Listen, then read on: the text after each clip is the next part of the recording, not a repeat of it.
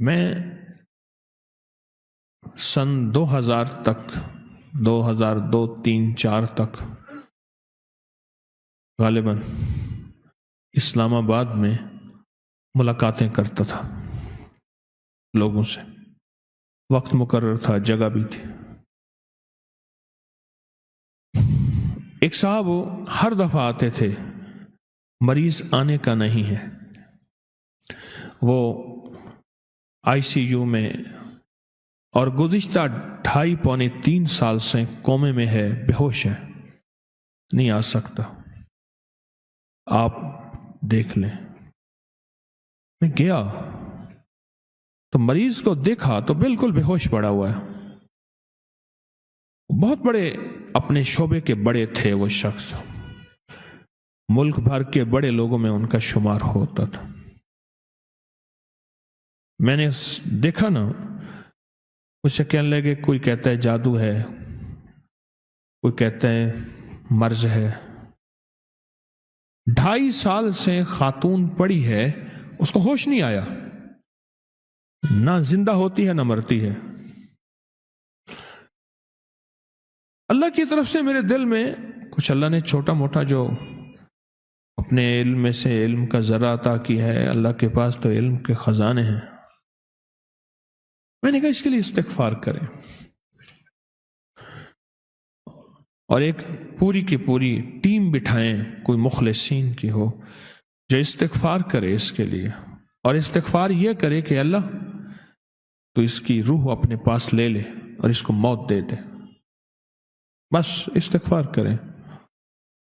اسے کہنے لگے موت؟ میں نے کہا سچ تو یہی ہے جو میری سمجھ میں آئی ہے، میں اپنی سمجھ کا دعویٰ نہیں کرتا.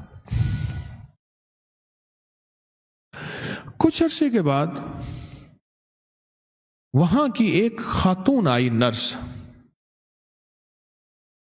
ریٹائر ہونے کے قریب تھی. تسبیح خانے سے اس کی نسبت کہ پتہ چلا کہ حضرت آپ آئے تھے وہاں، مجھے پتہ چلا میری ڈیوٹی فلاں ٹائم کی تھی، آپ فلاں وقت میں آئے تھے، میں دن کو گیا تھا، اس کی نائٹ کی ڈیوٹی تھی، رات کی. میں نے پوچھا کیا ہے؟ مجھے تو وہ خاتون کسی پکڑ میں نظر آئی ہے.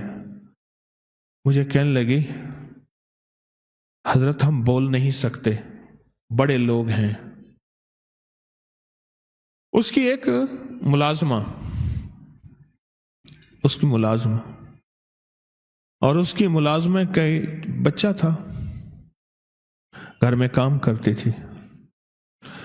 اس کے بچے نے اٹھا کے کوئی چیز کھا لی جو اس کے دسترخوان پہ پڑی تھی. اس کو غصہ آیا، اندر گئی تو وہ چمٹا جس سے روٹیاں الٹ پلٹ کرتے ہیں گرم، وہ چمٹا اٹھا کے ملازمہ کے بچے کی زبان اسے کھینچی. اس کی زبان جل گئی، بیچارہ چیختا رہا. ماں اسے لے گئی، معافیاں مانگتی رہی ماں. بس کچھ ہی عرصے کے بعد اس کے سر میں درد ہوا، اور سر میں درد کے بعد بے ہوش ہو گئی اور آج تک ہوش میں نہیں آئی. اللہ کے نبی علیہ الصلوۃ والسلام میرے کملی والے فرماتے ہیں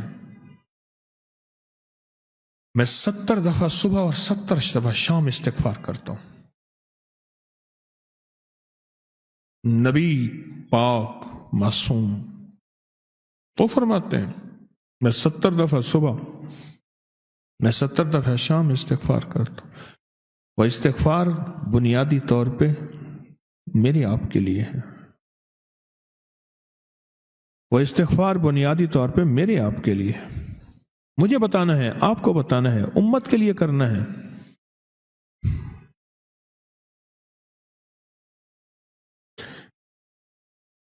اور اگر استغفار ہماری زندگی سے چلا جائے، نکل جائے، تو زندگی میں واقعات آتے ہیں، مشاہدات آتے ہیں، مشکلات اور پریشانیاں آتی ہیں. توبہ استغفار، توبہ استغفار. اس استغفار کی انسان کو ضرورت ہے، میت کو ضرورت ہے، بچوں کو ضرورت ہے، اولاد کو ضرورت ہے، موجودہ نسلوں کو ضرورت ہے، آنے والی نسلوں کو ضرورت ہے.